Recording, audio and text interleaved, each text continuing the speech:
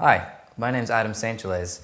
I'm a research scientist at the University of New England. We're here today on their coastal Biddeford campus along the coast of Maine in their Marine Science Center. And today I'm going to show you a bit about our kelp nursery and the process of kelp sporing and making baby kelp for farming.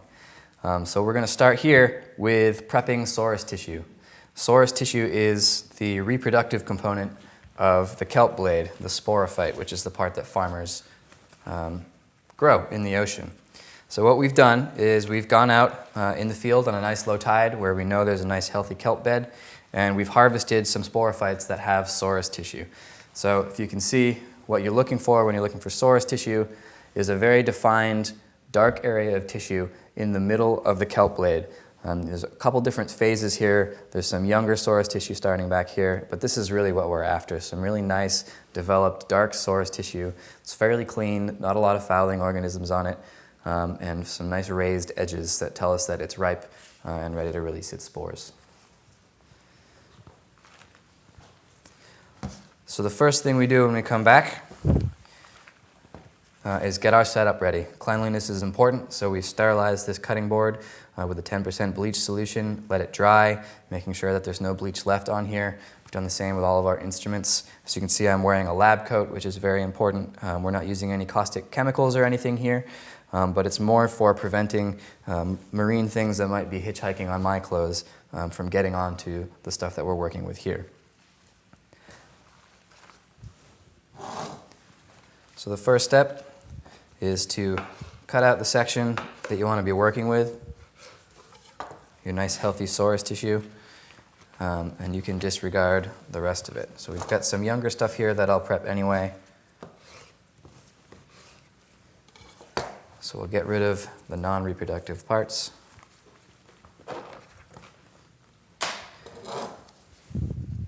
And then we'll start trimming it even further, so we can get rid of anything that isn't that dark tissue.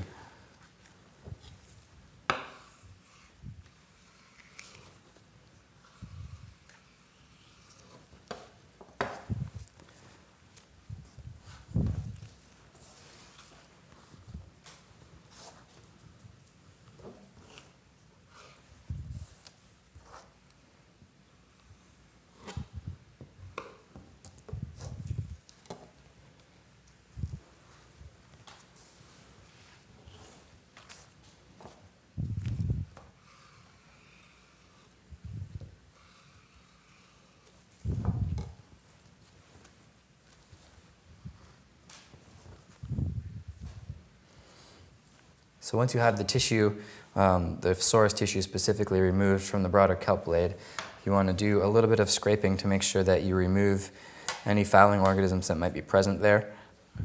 You don't want to scrape too much, but enough to remove anything like bryozoans or epiphytic snails, barnacles, and especially any other microalgae or macroalgae that might be living on the kelp, because you don't want to grow those in your culture media when you start growing kelp.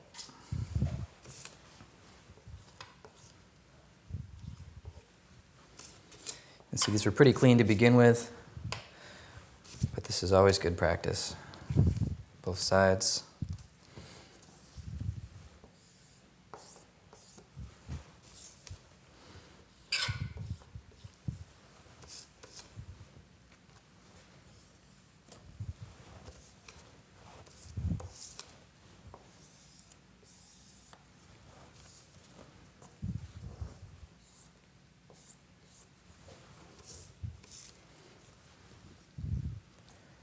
It's also good practice if you have any signs of grazing or snail predation, which usually end up looking something like this, where an organism has come in and eaten some of that kelp away and created scarring.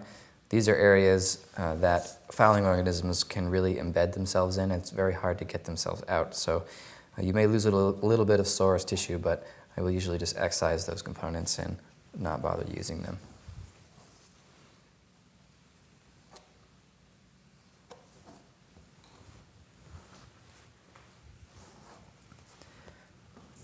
So once that process is complete, you trim the sorus tissue down further into manageable sizes.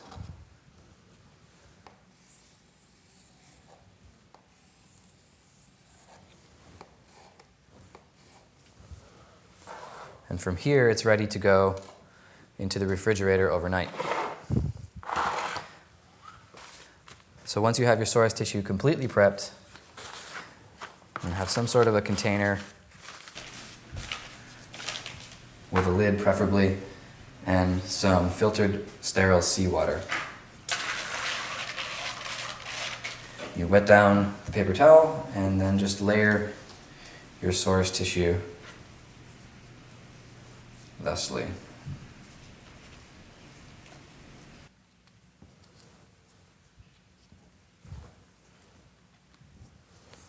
So what this process is effectively doing is stressing the source tissue out, which creates a response in the kelp to reproduce.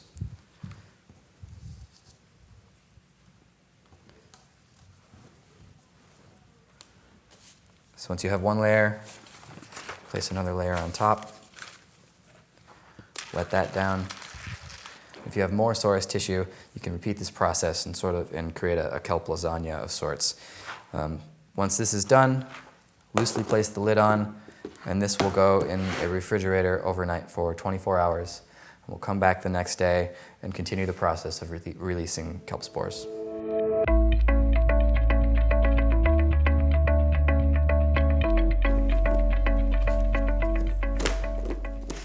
So what I have here is the kelp source that we prepared yesterday. This has been in the fridge for 24 hours now.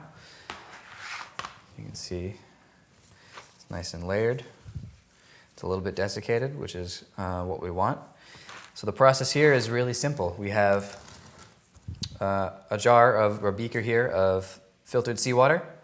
We filter down to 0.35 microns, and this is chilled down to 10 degrees C. So the entire process is taking the kelp that we prepared yesterday and placing it in this jar of seawater, which hopefully will stimulate the source tissue to release its zoospores.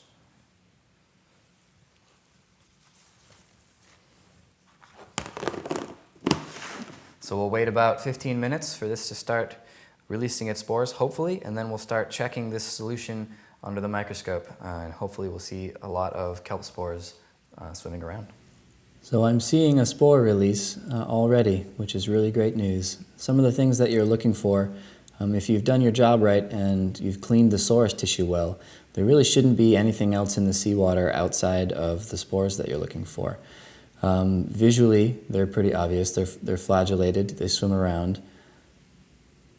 You want to make sure that there's good motility, that they're vigorously moving and not just sort of sitting there in stasis, and that's a good sign that those are really viable spores that are going to seek out a substrate to settle on, which is our ultimate goal.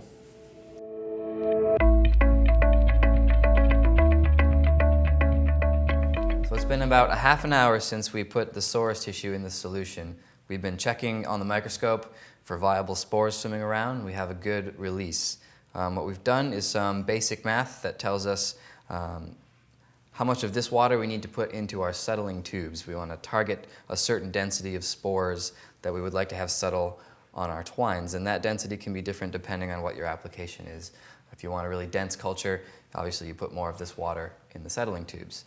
So in here we have about 2 liters of filtered seawater that's chilled down. This is the spool upon which we want all of our spores to settle in the next 24 hours.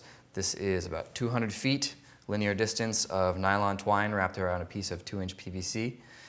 So this will go into our settling tube. And then into here we add a pre-measured amount of this solution that contains active spores.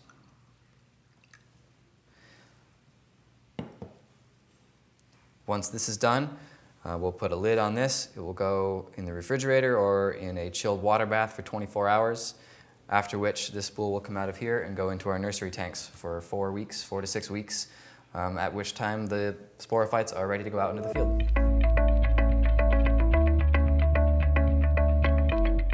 On behalf of the University of New England and the Marine Science Center on their beautiful coast of Maine, as well as the Ocean Food Systems Group, I'd like to thank you guys for watching, and I wish you all the best of luck in becoming seaweed farmers.